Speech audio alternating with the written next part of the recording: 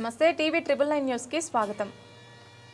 వైఎస్ఆర్ కడప జిల్లా కమలాపురం నగర పంచాయతీలో దసరా ఉత్సవాలలో భాగంగా సెప్టెంబర్ 22వ తారీఖు నుండి అక్టోబర్ 2వ తారీఖు వరకు పాఠశాలలకు సెలవులు. ఎక్కడైనా ట్యూషన్లు అని వేరే ఇతర కారణాలతో పాఠశాలను నిర్వహిస్తే కఠిన చర్యలు తీసుకుంటామని జిల్లా డీఈఓ శంషుద్దీన్ ప్రకటన చేశారు. అయితే ఇవేమీ మాకు పట్టవు అన్నట్లు వ్యవహరిస్తోంది కమలాపురం ప్రైవేట్ విద్యాసంస్థలు.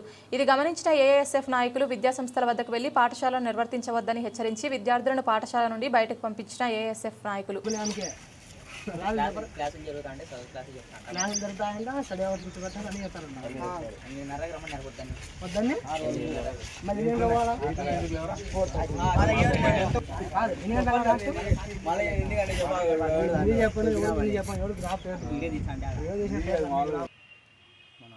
విద్యాశాఖ మంత్రి నారా లోకేష్ గారు దసరా సందర్భంగా 22వ తేదీ నుంచి 2వ తేదీ వరకు సెలవులు ప్రకటించడం జరిగింది.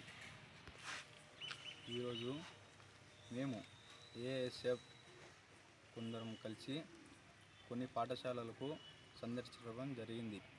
విద్యాశాఖ మంత్రి ఆదేశాలను పట్టించుకోకుండా కొన్ని ప్రైవేట్ విద్యా సంస్థలు ఇప్పుడు జరుపుతున్నాయి.